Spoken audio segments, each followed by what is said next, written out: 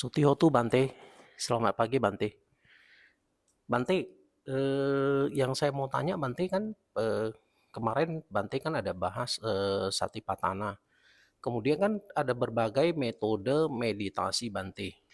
Yang ke yang kita tahu itu kan yang kita perlu itu sebenarnya kan apa namanya metode konsentrasi kita Bante. Kan ada yang anapanasati, kemudian ada yang bilang patana, kemudian ada yang bilang kasina warna, kemudian konsentrasi pada organ-organ tubuh dan perenungan organ-organ tubuh. Jadi sebenarnya apakah kita harus melalui semua tahapan itu Bante? Artinya satu persatu Bante.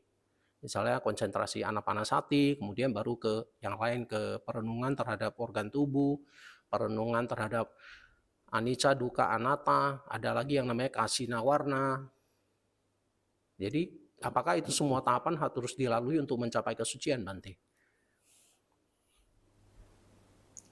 Permasalahan yang mendasar itu justru adalah sejauh apa seseorang itu sudah betul-betul mengerti secara benar tentang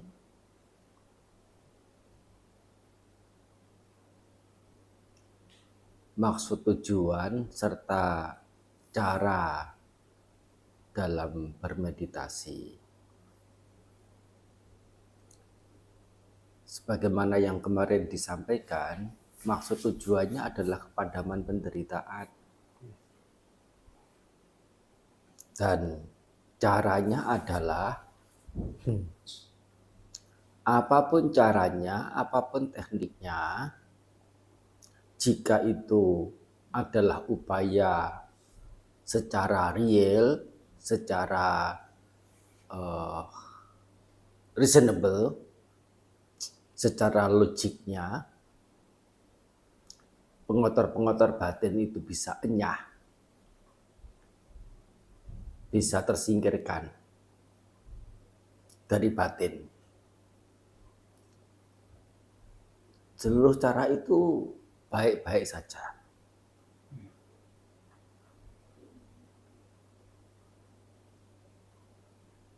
Dan apa yang penanya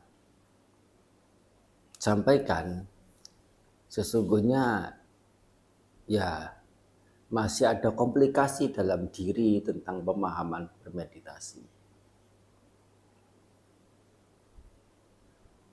Seperti anapanasati, ya apa namanya, digunakan istilah konsentrasi dulu di awal. Konsentrasi anapanasati atau organ tubuh, atau anicca, dukkha, anatta, atau ya patthana misalnya, menunjukkan ya Pak, masih ada komplikasi dalam pemahaman bermeditasi. Konsentrasi pada nafas bukan hanya konsentrasi, tetapi lebih dari itu adalah nilai luhur yang diterapkan di dalamnya. Baik itu tentang keberadaan nafas sebagai pembentuk tubuh,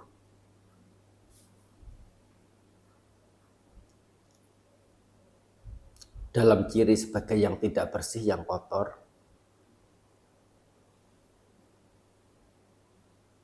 baik nafasnya maupun tubuhnya. Orang bernafas itu kira-kira ketika menghirup nafas, angin yang dihirup dan angin yang dihembuskan, kira-kira itu angin yang sama tidak? Berbeda, tidak sama. Tidak samanya bagaimana?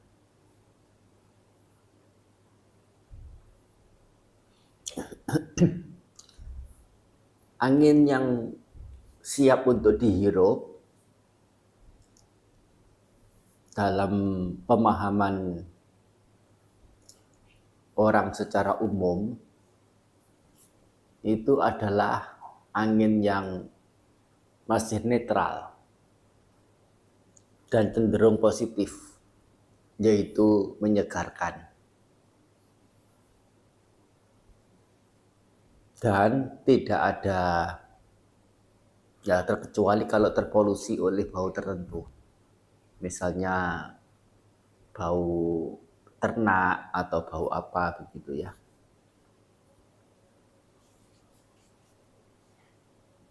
Tapi begitu angin itu sudah terhirup, masuk ke dalam tubuh, keluar dari tubuh, kira-kira itu nafas menjadi angin yang tetap menyenangkan bagi orang lain? Tidak. Karena apa? Karena telah berkontaminasi dengan tubuh. Nafas yang keluar dari dalam tubuh tampak sebagai sesuatu yang kotor, sesuatu yang menjijikkan. Waktu masuk terasa segar, terasa bersih. Begitu keluar, tampak sebagai sesuatu yang kotor. Mengapa? Oleh karena angin itu setelah dihirup bersinggungan dengan sesuatu yang kotor, yaitu tubuh ini. Mengerti tubuh sebagai yang kotor, sedemikian rupa, ini kenyataan atau tidak kenyataan? Kenyataan. Kenyataan.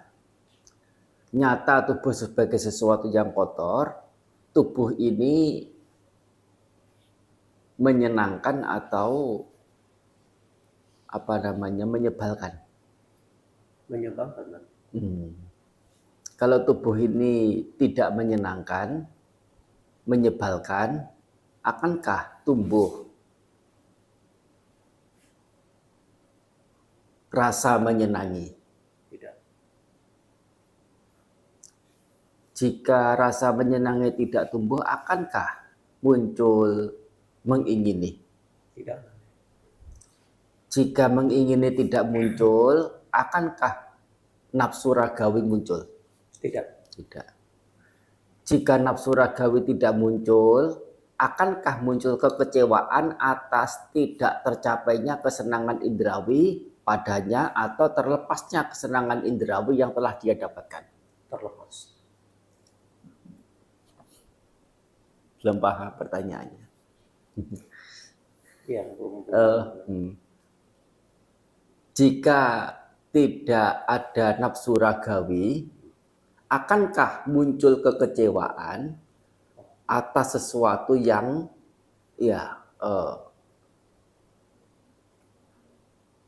ditimbulkan dari kesenangan indrawi itu?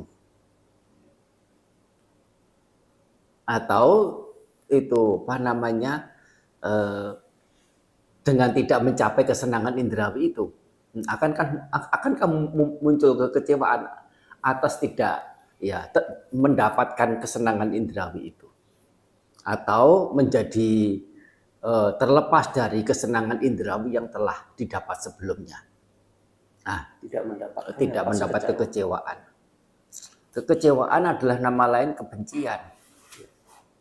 Tadi itu mengingini adalah nama lain dari nafsu ragawi, raga atau loba. Kebencian adalah dosa.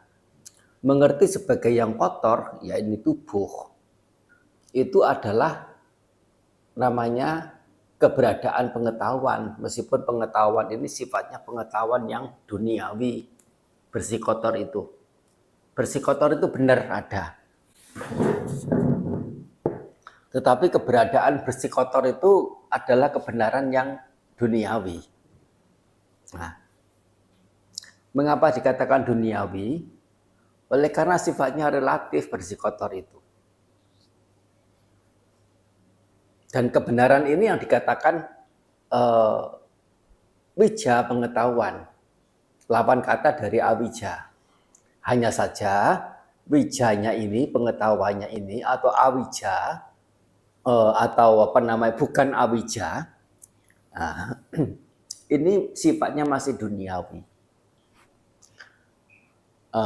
yaitu masih bergantung pada situasi dan kondisi. Sesuatu yang bersih dalam anggapan orang tertentu bisa dianggap sebagai sesuatu yang kotor oleh orang yang lain. Di tempat tertentu sesuatu itu bersih, di tempat yang lain menjadi sesuatu yang kotor. Makanan yang disiapkan di meja makan ini adalah makanan yang bersih sejauh orang itu belum memakannya. Setelah memakan, kenyang, masih tampak di meja, makanan itu menjadi sesuatu yang tampak kotor semuanya. Tidak enak dipandang, masuk dapur, masuk ke lemari, kotor.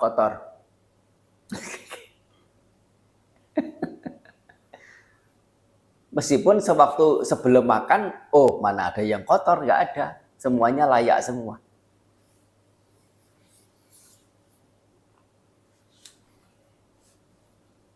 Nah, yang sering saya pakai contoh itu adalah makanan tentu makanan yang bersih ya.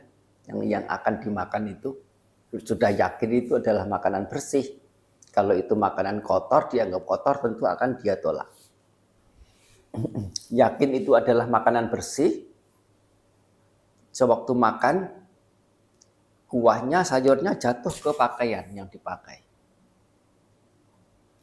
Pakaian yang awalnya dirasa tampak bersih itu akan menjadi tetap bersih atau menjadi tampak kotor? Makanan kan bersih. Pakaian juga tidak kotor. Kenapa pakaian menjadi kotor oleh makanan yang katanya tadi adalah bersih? Ini namanya kebenaran yang sifatnya itu apa? Relatif, tergantung dari apa? Sudut pandang bagaimana orang secara persepakatan nyatakan itu bersih atau kotor.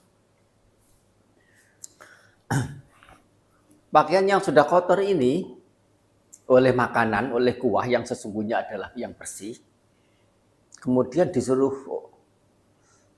dicuci, suruh orang cuci. Begitu sudah kering, nah ada apa namanya warna-warna kekuningan di pakaian itu. Kok aneh? Tanya, pakaian sudah dicuci kok masih ada warna kuning-kuningnya. Warna kuning-kuning itu apa? Oh itu deterjen Bu, itu deterjen Pak. Gimana cuci? Cuci kan yang mestinya yang baik. Ya. Masa cuci pakaian masih apa namanya tidak bersih begitu? Cuci lagi, dihilangkan itu nodanya. Deterjen itu fungsinya untuk apa? Pembersih. Mestinya kalau pakaian itu menjadi bersih itu karena deterjen, karena pembersih. Deterjen itu identik dengan pembersih. Pakaian ada deterjennya, ada pembersihnya. Apa salahnya? Kok dikatakan pakaian kotor? Kotor oleh pembersih. Senting enggak? Lucu enggak manusia?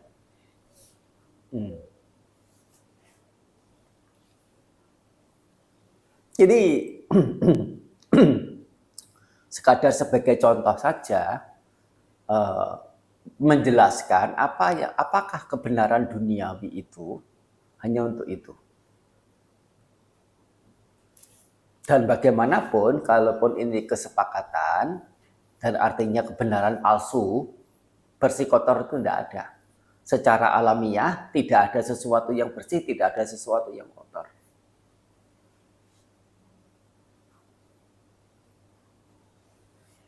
Tinja sekalipun, ya, kalau sudah disorot dalam skala mikroskopik,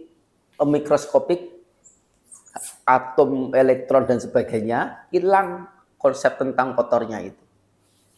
Tidak ada. Yang menjijikan tidak ada. Sama dengan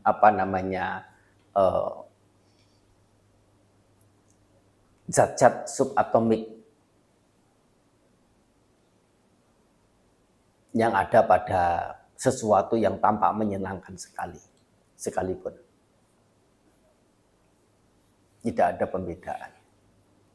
Nah, di sini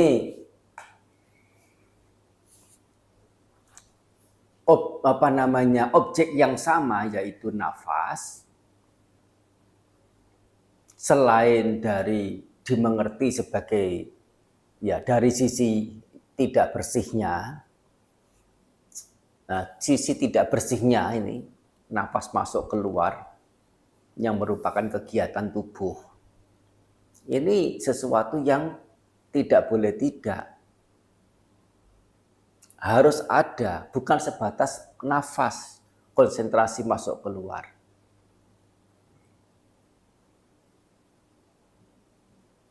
Atau kalau tidak begitu, ya sisi kecacatannya atau sisi nodanya. Nafas, ya, pengen menarik nafas panjang, bisa sepanjang apa? Pengen menghembuskan nafas bisa sepanjang apa? Sifatnya adalah terpotong-potong. Kesenangan yang ada pada bernafas juga sepatah-sepatah, sepotong-sepotong. Saat mulai menghirup, muncul kesenangan. Begitu sudah pada titik jenuh, nafas mau berhenti, menghirup, maksudnya dihirup, kesenangan pada penghirupan nafas sudah tidak ada lagi, sudah hilang, sudah jenuh. Demikian pula ketika akan menghembuskan nafas, saat di awal-awal menghembuskan, muncul kesenangan. Begitu pada titik jenuh menghembuskan nafas, sudah tidak ada kesenangan lagi dalam menghembuskan nafas. Betul tidak? Atau dari sisi tidak kekalnya. Nah, ini sudah masuk ke anicca dukkha anatta. Anicca dukkha anatta adalah alat. Seperti halnya asubha. Beda dari objek. Objek itu ya makhluk, ya tubuh, warna, nah, atau materi yang lain, atau non-materi sekalipun. Tetapi semua objek itu perlu ada nilai luhurnya. Nilai luhur itu berupa apa? Yaitu yang tidak indah itu tadi, anggapan tidak indah adalah nilai luhur oleh karena bagian dari kebenaran, bagian dari kebijaksanaan pengetahuan. Sebagai sesuatu yang ada noda, ada cacatnya. Sebagai yang anicca dan sebagai yang anatta. Tidak kekal dan tidak ada diri. Atau nilai-nilai luhur yang lain, misalnya marana, kematian, objeknya makhluk. Meta, cinta kasih, objeknya juga makhluk. Nah, misalnya objek kasina, warna. Ya, ini juga di alatnya adalah berupa kebijaksanaan. Warna itu setelah ditilik dengan seksama, misalnya warna merah atau warna kuning atau warna nila atau warna putih, sebatas warna saja, tidak terasosiasikan oleh sesuatu yang menunjukkan warna tersebut. Jadi khusus warnanya saja. Soalnya kalau sudah terasosiasi oleh benda yang dilekati oleh warna itu, ini akan bias. Sebatas warna saja, warna ini sesuatu yang menyenangkan atau sesuatu yang menjengkelkan. Menyenangkan tidak, menjengkelkan pun bukan. Sebatas sebagai warna. Dan ini harus dimengerti terus-menerus proses mengerti warna sebagai sesuatu yang menyenangkan tidak, menjengkelkan pun bukan. Itu sampai mewarnai hati, mewarnai konsep berpikir, sampai menyatu dengan hati. Yang namanya warna ya sebatas warna. Menyenangkan tidak, menjengkelkan bukan. Sehingga suatu ketika jika menjumpai sesuatu yang ada warna, entah apapun warnanya, dari warna itu akankah sampai muncul menyenangi karena warnanya, membenci, jengkel karena warnanya? Nah, barang apa di dunia ini yang tidak berwarna?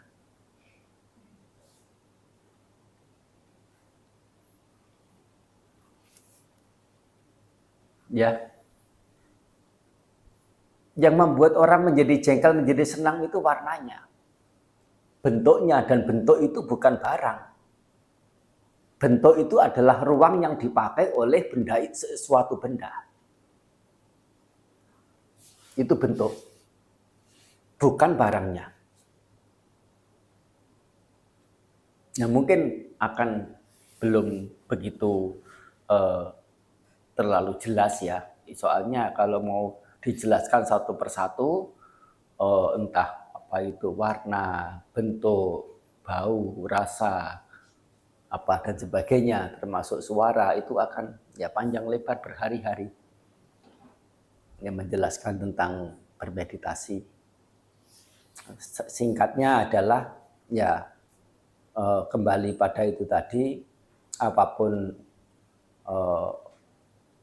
objeknya itu digunakan nilai luhur, harus demi menghancurkan pengotor batin untuk mendapatkan akhir penderitaan, karena pengotor batin itu adalah biang penderitaan. Nah, anicca, dukkha, anatta itu adalah kebenaran, sama seperti asubha dan adinawa, ketidakindahan dan kecacatan. Hanya kalau asubha adinawa itu adalah sifatnya masih kebenaran duniawi. Sebagaimana tadi telah dijelaskan, kebenaran duniawi bersih kotor itu bagaimana. Dan anicca, dukkha, anatta adalah kebenaran yang sifatnya ya di atas duniawi, dikatakan kebenaran universal. Oleh karena tidak bergantung pada tempat, tidak bergantung pada waktu, tidak bergantung pada kelompok tertentu, tidak bergantung pada situasi kondisi, yang namanya bentukan semuanya mengalami perubahan, mengalami muncul dan padam. Semua keberadaan baik yang berupa bentukan punya ciri tidak ada diri, yaitu sebagai yang kosong, semu, tidak berpemilik dan di luar kuasa. Ini karena sifatnya universal, ya, dan karena mengerti sebagai yang anicca, tidak kekal pada tubuh ini, sebetapapun tubuh itu tampak menyenangkan, jika ternyata disadari sebagai sesuatu yang tidak kekal, yaitu terus mengalir sebagai arus menuju pada decay, menuju pada kelapukan, menuju pada kerapuhan, menuju pada kehancuran. Kira-kira pantas tidak untuk dilekati, untuk dicengkeram, untuk digemari, untuk digandrungi sesuatu yang tidak kekal tersebut, yang mana ya jika sesuatu itu mengalami perubahan ke arah yang ya tidak menyenangkan, dan hal yang tidak menyenangkan itu mendatangkan kekecewaan, menyenangi sesuatu yang tidak kekal itu adalah bom waktu untuk menjadi kecewa, cepat atau lambat, tergantung persepsinya yang bersangkutan. Ya, ada orang yang persepsinya cepat sekali tanggap. Hanya bergaul sekian tahun gitu, aduh kamu sudah tidak cakep lagi. Aduh kamu sudah tidak tampan, sudah tidak cantik lagi. Baru 5 atau 6 tahun. Tapi ada juga orang yang ya sudah 50 tahun hidup bersama, usianya sudah 70, 80 ya. Oh, itu. Oh, kamu ya apa namanya? Masih punya persepsi, oh kamu cantik sekali, kamu tampan sekali ya. Ya. Tiap orang tidak sama. 80 tahun ya masih ya dianggap sebagai ya apa paras yang tampan, paras yang cantik oleh beberapa orang. Tapi beberapa yang lain ya masih relatif muda, tapi sudah dianggap sebagai yang ya tidak cantik, tidak tampan lagi. Nah, itu apa namanya, ya ala kadarnya lah ya penjelasan tentang meditasi di situasi seperti ini. Ya.